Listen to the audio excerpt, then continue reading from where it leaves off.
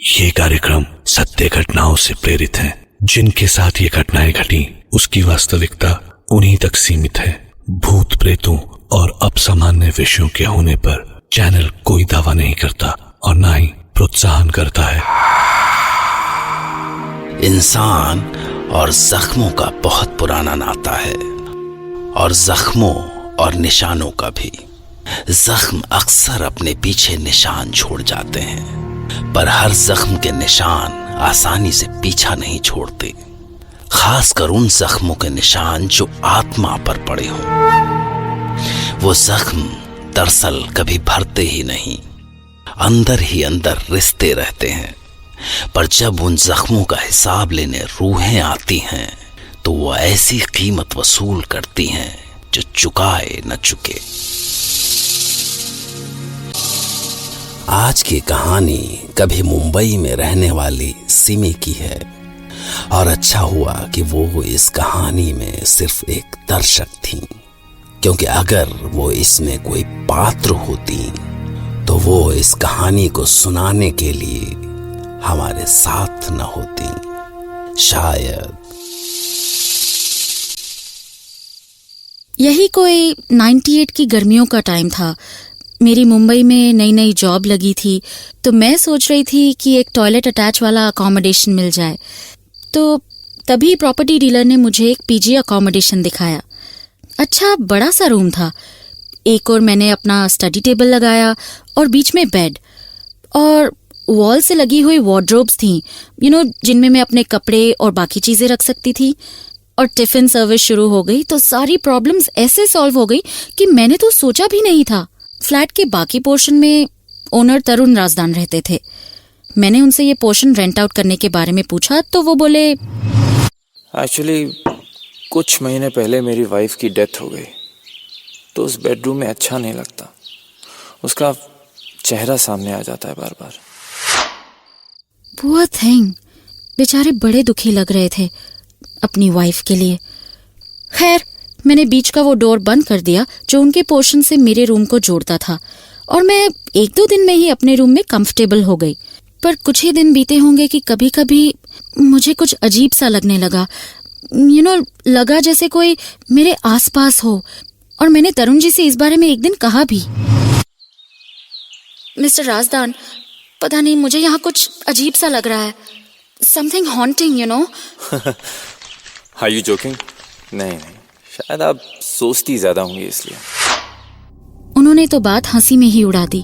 पर एक रात अचानक किसी आवाज से मेरी नींद खुली तो ऐसा लगा जैसे बाथरूम से कुछ आवाज आ रही है। नल खुला था। ये नल अपने आप कैसे खुल गया? मैं तो सब बंद करके ठीक से चेक करके सोई थी। खैर, मैंने सोचा हो गया होगा। पर अगली रात मैं फिल्म देख के देर से लौटी तो वार्डरोब अचानक खुला और कुछ पलों में बाथरूम का डोर बंद हो गया और मैं भाग गई, बीच के डोर को पीटने लगी। Tarun ji, please open the door. I need your help. Tarun ji please. क्या है? देखिए, ये देखिए। क्या है ये? क्या है? क्या बोल रही हैं आप? What is happening? ये वार्डरोब अपने आप खुल गया और फिर बाथरूम का डोर अपने आप बंद हुआ। रिलैक्स, यहाँ कुछ भी नहीं है। मैं बुरी तरह डर गई थी। तरुण जी मुझे समझने की कोशिश कर रहे थे, पर जो मैंने अपनी आंखों से देखा था उसे मैं वहम कैसे मान सकती थी। मैंने तरुण जी से कहा कि वो बीच का डोर अपनी ओर से लॉक ना करें, जिससे अगर कुछ हो तो मैं उन्हें अपनी हेल्प के लिए बुला तो सकती हूँ। पर ये तो कुछ भी नहीं था। कुछ दिन बाद एक रात अचानक मेरी नींद खुली तो मेरा वार्डरोब फिर से खुला था। बाथरूम की लाइट जल रही थी और नल से पानी बहने की आवाजों के साथ, जैसे कोई पानी अपने बदन पे डाल रहा हो, ऐसी आवाजें आ रही थी। डर से मेरा खून जम गया। पर मैं तरुण जी को क्या बताती अपना वहम। मैंने हिम्मत करके दरवाजा खोला तो पूरे बाथरूम में पानी फैला हुआ था। नल खुला हुआ था और पानी बाल्टी से बाहर बह रहा था। और फिर मैंने जो देखा उस पर यकीन नहीं कर सकी। जिस बॉडी वॉश को लाकर मैंने कल वार्डरोब में रखा था वो यहाँ बाथरूम में था, और वो आधा खाली हो चुका था। मैं डर से चीख पड़ी, कौन है?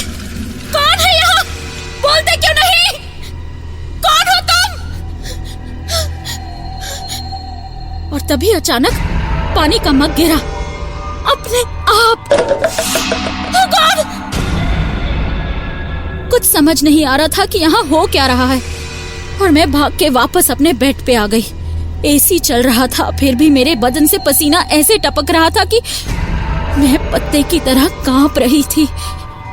मैं अपना बैग पैक करने लगी, बिना सोचे कि इस आधी रात में मैं जाऊंगी कहाँ। और तभी मुझे किसी के रोने की आवाज सुनाई दी। जैसे बाथरूम में कोई सुबक रहा हो। बस मैंने अपना बैग वहीं छोड़ा और भाग के बाहर निकली, और पागलों की तरह पड़ोस में जो भी फ्लैट दिखा उसका दरवाजा पीटने लगी। खोलो, please, please open the door, for God's sake, please, please open the door, somebody please help. और डोर खुला तो I saw a young guy. वो भचक्का सा मुझे देख रहा था। क्या हुआ? एक मिनट, कौन है आप बताइए। एक मिनट की ऐसी आधी रात को आप यहाँ क्या कर रहे हो? बताऊंगी, सब बताऊंगी, पर मुझे अंदर आने दीजिए please, please, I beg of you, please. Okay, एक मिनट, आराम से आप अंदर आ जाइए please. Come on please sit down. ये लीजिए आप पानी ले लीजिए आप। अब बताइए क्या हुआ? मैं इसी फ्लोर पे रहती हूँ, 904 में। वहाँ तो वो तरुण राजदान रहता है ना? मैं उनकी पेइंग गेस्ट हूँ। What? क्या हुआ? नहीं, कुछ नहीं। देखिए, क्या मैं आज रात यहीं सो सकती हूँ प्लीज? हाँ, हाँ, पर एक ही रूम है तो एक काम करते हैं, आप या बेड पे सो जाइए, और मुझे वैसे भी काम करना है सारी रात, तो मैं बालकनी में रहूंगा। ओके? यस। और तब मैंने उसे वो सब बताया जो पिछले कुछ दिनों में मैंने वहां महसूस किया था। पर वो सब सुन के ना ही वो डरा और ना ही शॉक्ड हुआ, बल्कि उसकी आंखों में दुख दिखा। क्या हुआ? क्या तुम्हें पता है ये सब क्यों हो रहा है? अभी आप आराम से सो जाइए, सुबह मैं आपको सब बता दूंगा। By the way, I am Rahul. कुछ जरूरत पड़े तो मुझे आवाज देना। Good night. Okay, good night. और जब सुबह हुई तो तरुण ने तुम्हें अपनी बीवी के बारे में बताया? बस यही कि वो कुछ महीने पहले गुजर गई। मार दिया उसने। मार दिया? यस, ही पॉइजनड हर। साल भर लॉकअप में था, अभी भी केस चल रहा है इस पे। माय गॉड, वैसे तो कितना सीधा लगता है। She was such a beautiful lady. और क्या हालत कर दी थी उसकी। जहर से पूरी बॉडी पे नीले निशान हो गए थे। मरने से पहले पूरे 1 हफ्ते तक तड़पती रही बेचारी। पर क्यों? क्योंकि उस तरुण राजदान को शक था कि मेरे और उसके बीवी के बीच में कुछ है। How could anybody doubt such a innocent woman? वो समझता था कि उसके पेट में मेरा ही बच्चा है, इसलिए रोज टॉर्चर करता था उसको। You just shut your mouth, okay? बात मत करना मेरे से। गुलछर्रे किसी और के साथ उड़ा, और यहाँ के ये नाटक। तरुण, ऐसा कुछ भी नहीं है तरुण। I'm sure ये बच्चा मेरा नहीं है, और मैं इसकी जिम्मेदारी कतई नहीं उठाऊंगा। Go to hell, या फिर जाओ उसके पास जिसका बच्चा तुम्हारे पेट में है। Get out of my house. Get out. नहीं, प्लीज मुझे घर से मत निकालो। अरे जा, प्लीज। हट। And I'm sure उसने शुभा के बेबी को अबॉर्ट करने के लिए उसे कोई मेडिसिन दी थी धोखे से। उसका अपना खुद का मेडिकल स्टोर है ना, so he knows all about medicines. बच्चा शुभा के पेट में ही मर गया और इन्फेक्शन सारी बॉडी में फैल गया। पर मुझे जो कुछ दिखाई दिया वो शुभा ही होगी। उसी कमरे में तो निकली उसकी जान।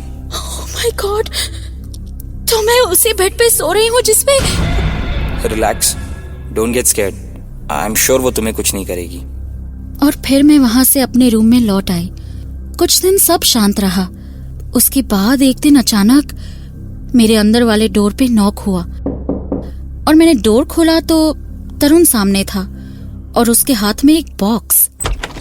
सिमी जी लीजिए, ये चॉकलेट खाइए। ये chocolates? I one the case. लीजिए खाइए। ओह सच अ रिलीफ। थक गया था मैं कोर्ट के चक्कर काटते काटते। मुझे तो लगा था सारी जिंदगी इसी में कट जाएगी। Oh congratulations Tarun ji. Thank you. पर उस रात जैसे ही मेरी आंख लगी तो अचानक बाथरूम से फिर वही रोने की आवाज सुनाई दी। और इस बार वो आवाज अंदर तक हिला गई। दर्द के साथ कैसा गुस्सा था आज उस आवाज में। मैं हिम्मत करके बिस्तर से उठी और दबे पांव बाथरूम तक गई। और जैसे ही मैंने बाथरूम का डोर ओपन किया, वहाँ सामने एक औरत बैठी थी और वो भी बिना कपड़ों के। उसका पेट निकला हुआ था जैसे वो माँ बनने वाली हो। उसके दूध जैसे बदन पर नीले निशान थे जिनको वो रगड़ रगड़ कर छुड़ाने की कोशिश कर रही थी, पर वो जितना भी रगड़ती वो निशान जैसे के तैसे रहते। और तभी अचानक उसने मेरी ओर चेहरा उठाया। देखो क्या कर दिया उसने। मेरे बच्चे को भी नहीं छोड़ा उसने। भगवान उसको नहीं छोड़ेगा, जेल में सड़ेगा वो। और तभी मेरे मुंह से निकला, पर उसे तो कोर्ट ने आजाद कर दिया। बस मेरा इतना कहना था कि जैसे वो आग बन गई और अगले ही पल वो खड़ी हुई और उसने हाथ लहराया तो बाथरूम का डोर जैसे उखड़ते उखड़ते बचा। फिर वो किसी आंधी की तरह गई और बीच वाले डोर को धक्का मारा और उसके धक्के से सारी लैचेस टूट के बिखर गई और वो सीधे तरुण के रूम में पहुंची। शोर सुन के तरुण चौंक के बिस्तर से उठा। कौन है? और जैसे ही उसने शोभा को देखा, उसका चेहरा डर से पीला पड़ गया।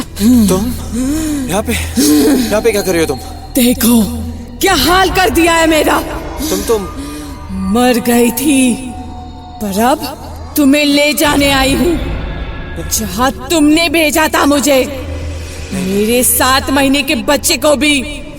चलो। मैं नहीं जाऊंगा। चलो। नहीं। अब तुम्हें भी चलना पड़ेगा। नहीं, मैं नहीं जाऊंगा। छोड़ दो मुझे। चलना पड़ेगा तुम्हें भी। चलो।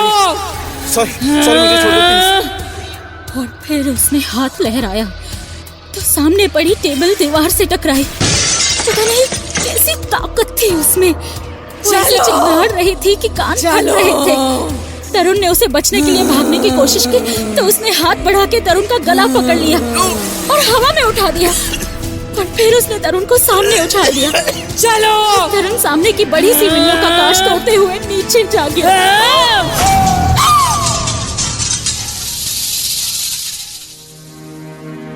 सुबह लोगों को तरुण राजदान की लाश 7वीं मंजिल पर D2H केबल के सहारे झूलती हुई मिली।